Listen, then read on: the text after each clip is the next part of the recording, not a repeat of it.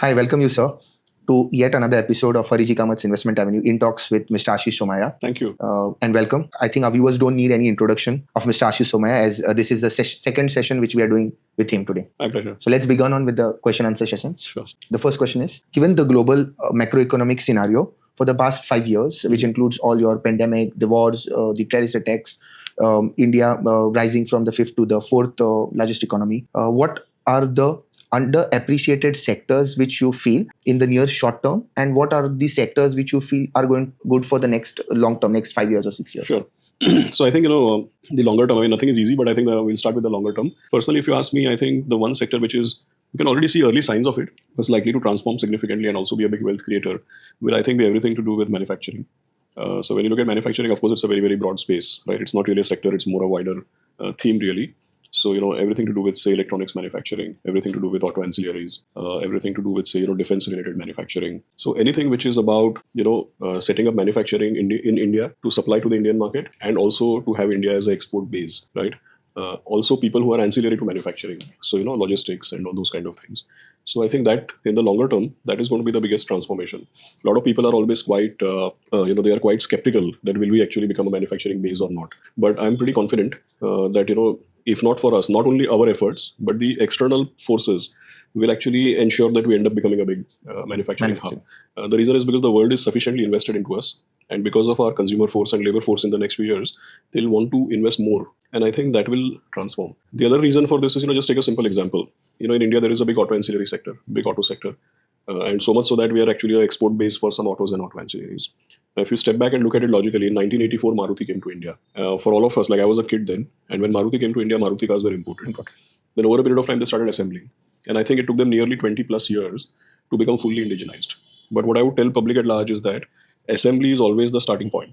Today, a lot of people are skeptical saying, so what if Apple phones are made here? They're only assembling. Right? A lot of people say, so what if electronics are made here? They're only assembling. It's not only assembling. Assembling is always the starting point. Then I'll give you an example. Now we've reduced import duties for electric vehicles. So people say, it's just importing. So what if they're reducing the duty? The point is that when you reduce import duties and they start importing those electric vehicles, and then they realize that they're selling a couple of lakh vehicles here, then automatically they'll start assembling. If they start assembling, they'll start manufacturing. So when you become a big market, people will always start by assembling, but that results in deepening of the sector and all the sectors which are ancillary to that. So net, I think in the long term, manufacturing is the thing to look at. For the very rightly said, sir. As you said, for every successful story like Maruti, you said the starting point is to manufacture, or could be just assembling, which would slowly develop into a whole kind of manufacturing, whole ecosystem for manufacturing. So manufacturing it is what we are looking at. So let's go to the second question.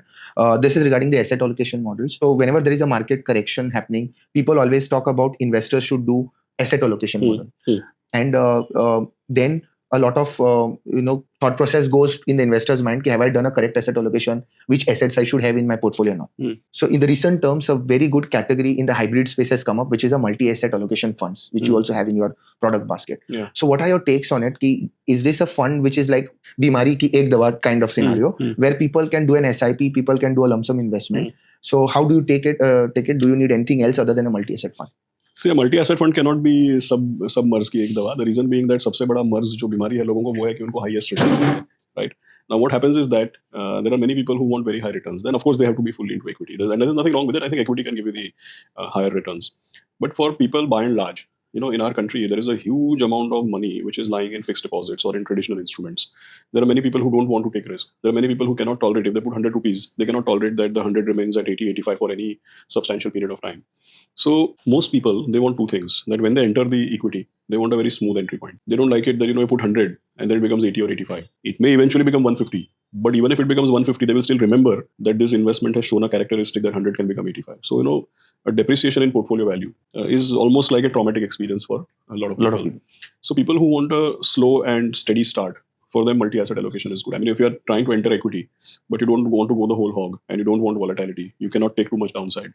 Of course, even multi-asset funds have equity, so they can, in our case, the average equity is 25-30%. The average gold is about 19-20%. So what will happen is even we do have equity and temporarily the NAV can go down. But given that predominant amount of money is fixed income, real estate investment trusts, gold, silver arbitrage, these kinds of things, the NAV wouldn't fall as much as an equity fund.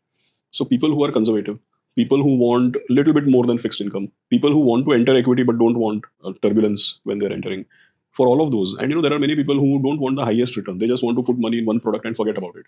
And they're happy if it keeps giving them a couple of percentage more than fixed income products. So for public by and large, the way we manage multi-asset, it's a good proposition. But there'll be people who can take more risk, who want to put their money for higher return.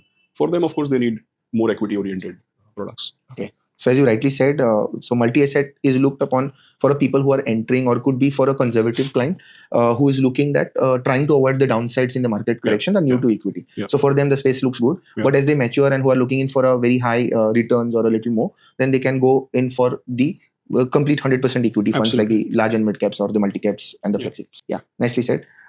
So let's go to the third question. The third question is, what is your advice to us young investors who are continuously overwhelmed by the market noise which is happening and the influencer narrative which is being created in the market? What do I mean by the influencer narrative is that influencers do generate good content, but end up then advertising for a particular app. So some influencers will advertise for gold in the current times. Some would be looking out for trading. Some influencers would start giving you trading tips. Some would say mutual funds are good. Some would say passive funds are good. Some would say even Bitcoin nowadays for the last 3 years or a couple of years have given good returns. So with all these narratives being creative, the young investor gets confused and overwhelmed. So what is your advice for them? See, I think that you should look at everything from perspective of whether it is relevant for you or not. That is the most important thing to keep in mind. I mean, every idea that everybody gives is not relevant for me. Correct. Second thing, I read it in a book sometime back. There's a book called Persuasion, which is written by an author called Robert Cialdini. In that, he makes a very interesting point. What he says is that whether it is media or influencers or anything that you're seeing on any form and format of media, where it is hyped up, there's a lot of noise, very, very enticing thumbnails. Right? The learning is that a lot of this media, it can set the agenda and they can tell you what to think about, but they cannot tell you what to think, right? Meaning that if you listen to someone and they are raving about Bitcoin, they will create some amount of inquisitiveness in your mind so that you would explore Bitcoin. But I don't think you talk about it, but I don't think anybody will influence anybody so much that you just jump into it and bet the house. So a lot of time what happens is that these things, they make people think about those topics, but they don't necessarily clarify or give direction enough that, okay, you're making me think about this topic, but you're not telling me what to think about it exactly. Correct? So having inquisitiveness, chancing upon new things, that's not necessarily bad. I think it is good because it gives you right exposure. But don't jump to conclusion in terms of just by watching a video, don't jump to conclusion that, okay, this is the thing which is there for me. I think exploring is good. Learning about new things is good. But just by listening to one video, you cannot draw definitive conclusions about whether this is right or wrong, good or bad. I think just explore. So they are setting the context for you, they're setting the agenda for you. For that, you should be thankful. But don't take the conclusions at face value. Do your own research. Do your own research, consult the right people. So as you correctly said, that we should be listening to all the inputs coming in, but trying to investigate on your own and come to your own conclusion and find out solutions which are good for you. Absolutely. For your near term or your future goals. That would be a right approach. Absolutely. So that's very nice. Let's go to the next question, which I think everybody would be interested in, or I'm also interested to listen to. That is, what is WhiteOak Capital Mutual Fund or AMC's vision for 2035, 10 years from now? Where do you see the AMC heading? And what is it that you all are trying now to do differently than others, which will help you to achieve your vision 2035? See, how we are different is easier to answer. And in our industry, for example, predicting market levels, predicting inflows, predicting assets under management, those things are a bit difficult. I'll attempt that also. But how we are different, I think, is easier. See, first thing is that anybody who is watching, maybe your clients and all, they will not know much about WhiteOak. They will probably not know at all. And there is a reason for that. See, because most mutual funds in India, they are set up by some or the other bank, insurance company, broking company, industrial conglomerate, NBFC. So by the time their mutual fund comes, people have this notion that, this is familiar. They are familiar with the mother brand. They are familiar with the brand of the conglomerate. They're not actually necessarily familiar with the mutual fund which has just come, correct? So what happens, there's this penchant in India that many conglomerates have that, okay, if I'm, if you have my bank account and credit card, then why don't I also offer you insurance and mutual fund and by the way, also some car loan and, right? So as a result of that, most mutual funds, they are set up by some or the other conglomerate. Now, obviously, people may not know much about WhiteOak because it's not part of any conglomerate. We are a professional fund management company. So you will know us only when we do fund management for public at large, right? We don't issue credit cards and we don't run a bank. So I'm not surprised if people don't know. But that doesn't mean that we're not a large company. I mean, we are a very, very large fund house actually, because we already manage more than $10 billion, which is, nearly we are managing 90,000 crores in terms of total assets. Few things which people don't know. For example, in most cases, the regulator gives license to a sponsor, and then the sponsor says, okay, this is my CIO, this is my CEO, this is the team, we should set up a mutual fund. In our case, the regulator has given license based on the professionals. Our founder, Mr. Prashant Khemka, he is a professional fund manager. Before starting WhiteOak in 2017, he worked as CIO for Goldman Sachs Asset Management. He worked there for 17 years. I am a professional. Our CIO, Ramesh, is a professional. We have 34 analysts who cover nearly 1,000 companies. And most people don't know we are one of the largest FIs investing into India. Right? Since 2017, whether may it be sovereign wealth funds, pension funds, university endowments, rich people in UK, mainland Europe, Switzerland, the Middle East, other Asian countries, a lot of the big private banks, a lot of global money coming into India. We are one of the preferred investment managers for foreigners to invest. And even in India, since 2018, we've been running PMS, AIF, and then 2022, we set up our mutual fund.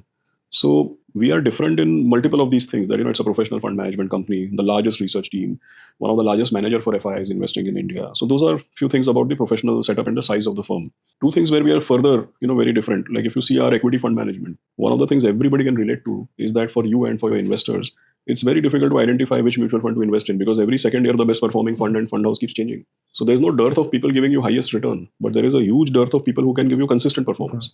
Like you will rarely find someone who has an investment strategy such that they are amongst the top performers more on a consistent basis. Okay, I will give one example. Everybody understands cricket. So Sulaksh, just think, it's the 5th day of a test match. You have to score 150 runs. It's a slow turning pitch, right? So the advice is that agar pura din khelega to jeet jayega. Wicket nahi, right? Now, I'll give you two choices. You have one bunch of batsmen. They are all in BCCI's A class contract. Everybody batting average is 60. But at any given time, only 2 of them will score 60. Either they'll score 0 or 200. There's another team whose batting average is 30. They don't go out for a duck. In bad times, they make 10 runs. In good times, they make 50 runs. Which team you will select, the first one or the second one, for that tough pitch on the last day? Or definitely the one which is having consistency. Yeah. So in investment also, for a long-term investor, for success, you need consistent performance. You don't need highest performance. If the highest performance is going to come with very high inconsistency, there is no certainty about whether you will make it or not. But if you have consistent performance, right, then you will be able to stay on the pitch and you'll be able to win the game. So we manage funds for consistency. We know that there is no dearth of people trying to generate highest alpha. We know that there is dearth of people who will generate consistent alpha. So our investment philosophy is more centered around consistency. You gave example of that multi-asset fund.